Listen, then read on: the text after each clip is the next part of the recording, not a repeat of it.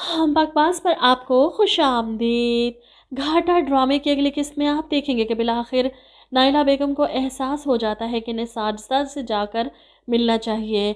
आज तो मैं इससे मिलकर ही रहूंगी, जिस पर निहाल साहब भी इनका साथ देते हुए कहते हैं ज़रूर जाकर मिलो, बात करो इनसे, पूछो इनसे आखिर ऐसी क्या वजह है कि वो हमसे मिलना भी गवारा नहीं कर रही।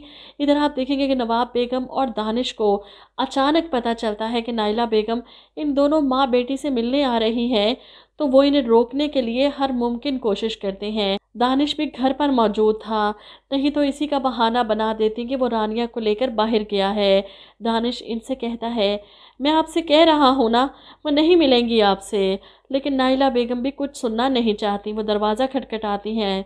साजदा कहाँ हो तुम, बात सुनो मेरी। ऐसे में रानिया को लगता है कि आज वो सब कुछ ताई अम्मी को बताकर इन लोगों का पर्दाफाश कर देगी। वो फ़ौरन दरवाज़ा खोलती है। इससे पहले कि वो अपना मुंह खोलती, ताई के पीछे खड़ा दानिश फ़ौरन चाकू निकाल कर लहराता है। इस पर नज़र पड़ते ही रानिया डर जाती है। नाइला बेगम आगे बढ़ती हैं। शुक्र है रानिया, तुम्हारी शक्ल तो देखने को मिली, इतना अरसा हो गया कोई बात ही नहीं हुई। रानिया मुसलसल पीछे खड़े दानिश को देख रही थी, खौफजदा है जो चाकू लहरा रहा है। कहाँ है साजदा, मिलना है मुझे इससे।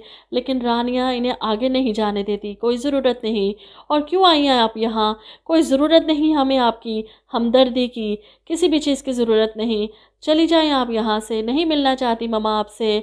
नाइला फिर भी पीछे नहीं हटती। रानिया मुझे साजदा से बात तो करने दो। यहाँ पर रानिया चिल्लाती है कहाँ थी आप जब मेरा बाप मरा था, कहाँ थे ताया अबू हमज़ा, कहाँ थे आप सब लोग। कोई ज़रूरत नहीं हमें आप लोगों की हमदर्दी की, हम खुश हैं आप लोगों के बगैर, चले जाएं यहाँ से। अब नाइला इसकी बदतमीज़ी पर गुस्से से पांव पटकती वहाँ से चली जाती है। जिसके बाद दानिश आगे बढ़ता है चाकू दिखाते हुए। नाइला के जाने के बाद साजदा बेगम रोते हुए कमरे से बाहर आने की कोशिश करती हैं। काश वो पलट आएं और इनकी हालत देखकर समझ जाएं। ऐसे में दानिश चाकू ज़ोर से दीवार पर मारता है, इन्हें दिखाने के लिए, डराने के लिए कि ये चाकू आपको भी लग सकता था अगर यहाँ से आगे बढ़ती। रानिया अपनी माँ को फ़ौरन जाकर पकड़ती है और दानिश को पीछे हटाती है। बस कर दो दानिश, तुम अपने मकसद में कामयाब हो गए, मैंने ताई के सामने मुंह नहीं खोला। वो कमरे से निकलता है तो रानिया अपनी माँ को गले लगाकर रोती है। अम्मा, ये लोग हमें ऐसे ही डरा डरा कर मार देंगे।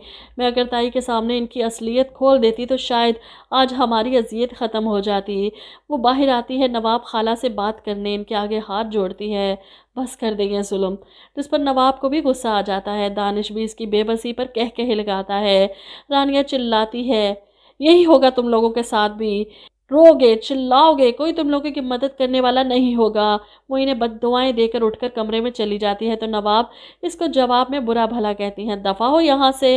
रोती शक्ल, हर वक्त रोती रहती है। जो सलूक ये माँ बेटा इसके साथ कर रहे हैं तो क्या वो मुस्कुराए। नवाब बेगम फ़ौरन दानिश के पास आकर कहती हैं मैं एक बात तुझे बता दूं, इन दोनों माँ बेटी का कोई ना कोई इंतज़ाम करना पड़ेगा। आज तो ये रानियाँ चुप हो गई, डर गई, ये ना हो कल कोई फसाद खड़ा कर दे। मैं तो कहती हूँ दफ़ा मार, जो काम इससे करवाने थे करवा लिए, तलाक दे, जान छड़वा इस रोनी सूरत से, जब देखो टसवे बहाती रहती है। जिस पर दानिश अपनी माँ से कहता है क्या हो गया है अम्मा, अभी कहाँ, अभी तो इन दोनों को बयान देने के लिए अदालत लेकर जाना है। मैं बस यही सोच रहा हूँ कि ये काम कैसे करूँ। नवाब बेगम के शैतानी दिमाग में कोई ना कोई आइडिया आ ही जाएगा इन दोनों को प्रेशराइज करने का। फ़िलहाल तो अपनी बेटी के हालात से अनजान हैं। नाइला बेगम गुस्से में घर वापस आ रही हैं तो घर की दहलीज में ही इन्हें सना बैठी नजर आ जाती है। वो इसे देखकर और भी ज़्यादा आग बबूला हो जाती हैं। यहाँ पर क्यों बैठी हो, और ये क्या हाल बना रखा है तुमने अपना, तुम पागल हो या जानबूझकर कर रही हो ये सब। जवाब में सना कहती है मुझे लगता है आपको ये सारी नसीहतें अपने बेटे को करनी चाहिए, क्योंकि ना ही तो वो मेरी बात सुनने को तैयार है और ना ही समझने को। हमज़ा सही सना के साथ सलूक कर रहा है। वो बार बार इसे मनाने की कोशिश कर रही, आगे बढ़ती है, अपने झूठ पर पर्दा डालने के लिए मासूम बनने की एक्टिंग कर रही है। लेकिन हमज़ा इसके मकरूह चेहरे को अच्छे से पहचान चुका है। वो गर्दन से पकड़ कर इसे बेड पर धक्का देता है और सना को खुशफहमी है वो एक दिन हमज़ा के दिल में अपनी जगह बना लेगी, इसे यकीन दिला देगी कि वो इसने रानिया के खिलाफ कोई साजिश नहीं की थी और साजिश में वो किसी भी किस्म की हिस्सेदार नहीं है। हमज़ा ने अगर अपने कानों से ना सुना होता तो शायद کبھی نہ کبھی اسے ثنا پر ترس آ جاتا۔